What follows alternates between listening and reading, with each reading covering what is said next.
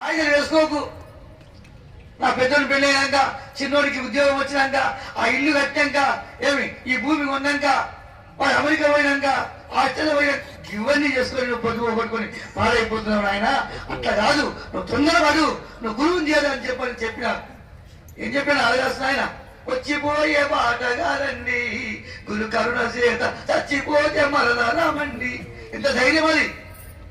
నీతి బుగ్గ వంటి తనువులు ఎన్నాళ్ళు ఉన్న కాటికి ఎగుమంటి దొంతులు ఏటికి ఈ మొద్దు నిద్ర సూటిగా మేల్కొని దాటి వేటి గోట బ్రహ్మలు మీటని మనకు చెప్పినాం. ఇలాంటి చూసినప్పుడు ఒక ఆయన అంటాడు, ఏమయ్యా మీరు ఇట్లా చెప్తున్నారు కానీ గురువుగారు, ఇగో నా వంశము, నాకు 5 మంది కొడుకులు, 2 బిడ్డలు, 7 మంది సంతానం.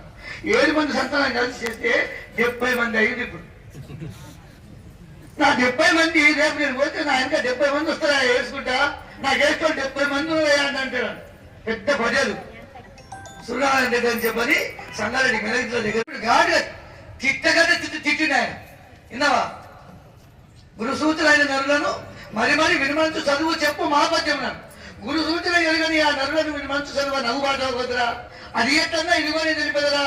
పురుష సంగతి లేని పొరటికి ఒక్కొక్క శాస్త్రము హరసి మెచ్చునే అతిప్రౌఢ సత్యవలే.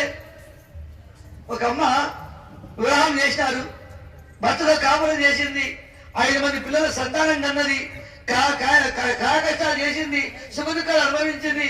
ఆమె దగ్గరికి వెళ్ళి, అమ్మ మగవాళ్ళంటే అలా ఉంటారు, ఇలా ఉంటారు, అలా చేస్తారు, ఇలా చేస్తారు, అది ఇది ఐసా పైసా అని చెప్పితే ఆమెకు అర్థమవుతుంది, బాగుంటుంది. అదే ఒక పెళ్లి కాని అమ్మాయి దగ్గరికి పోయి మగవాళ్ళ గురించి చెప్తే ఏమర్థమవుతుంది? దారిసుకుంటుంది. ఏమవుతుంది? దానికి తెలుస్తుందా? చూడు కృష్ణప్రభు ఎంత గాడి చెప్పి నీ మాటని. అటువంటి అమ్మకి పోయి చెప్పితే అర్థమవుతుంది, కానీ పెళ్లిగాని అమ్మాయి దగ్గరికి పోయి చెప్పితే మగవాళ్ళ గురించి చెప్తే ఏమర్థమవుతుంది?